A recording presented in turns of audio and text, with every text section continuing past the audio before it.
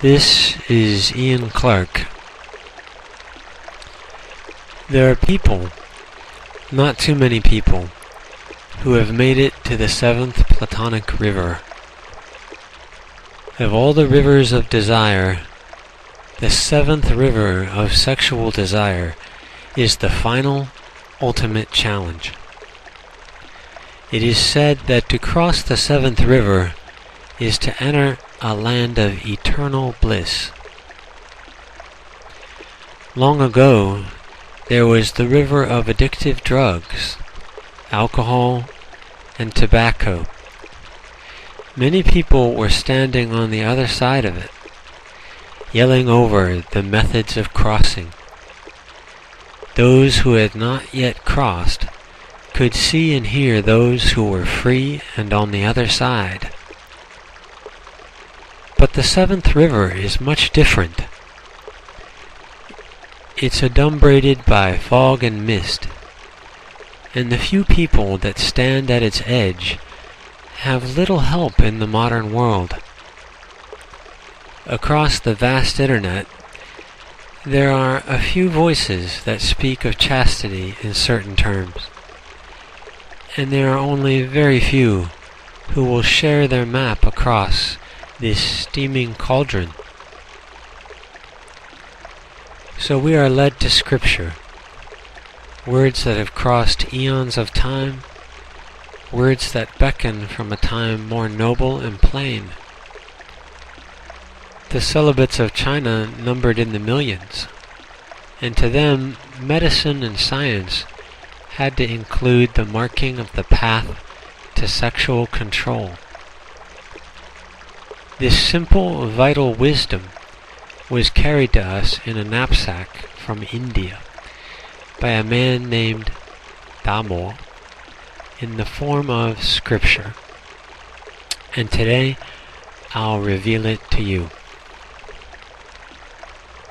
Sex, as all behavior, is said to have three aspects: shen, kou, xin.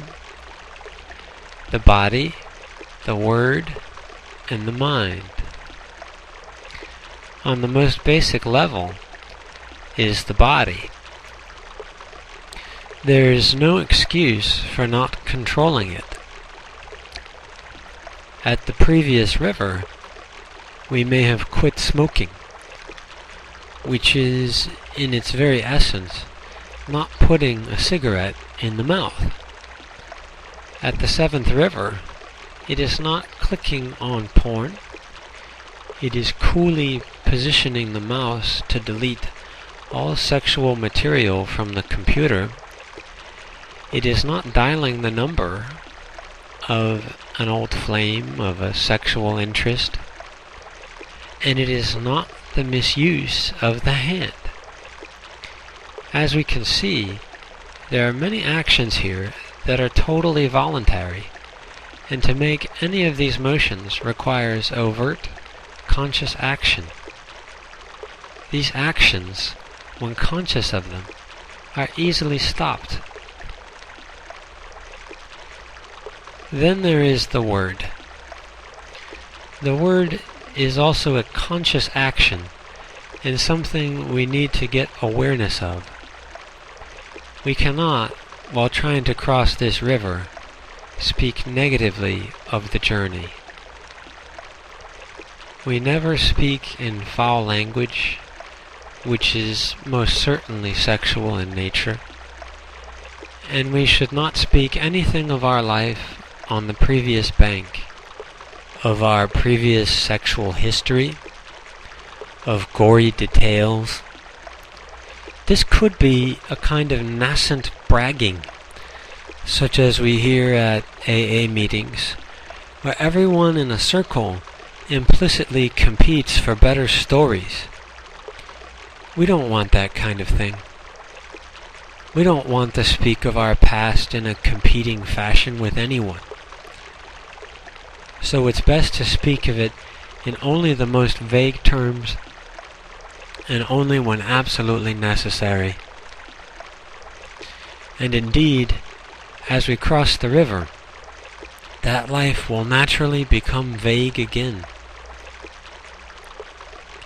The dirty, the unclean will begin to vanish, and with the help of our word, it certainly will. And then there's the mind. This is the part which people most often don't understand. The mind is prone to suggestion. I say yellow box, and there's a yellow box in your mind. So the mind must be left as the final step, something that cannot be forced. The body and the word can be forced. We can make our body and our mouths do exactly as we think.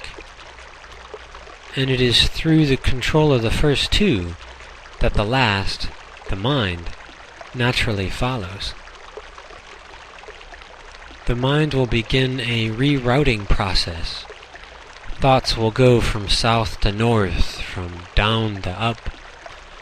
Old destructive processes will be replaced by green, flowering, abundant ones. By pushing out the physical possibility of sex, we float across a foggy river and enter an incredible promised land. It is a land free of disease, a land with deep understanding, pure relationships, and sustainable, eternal joy.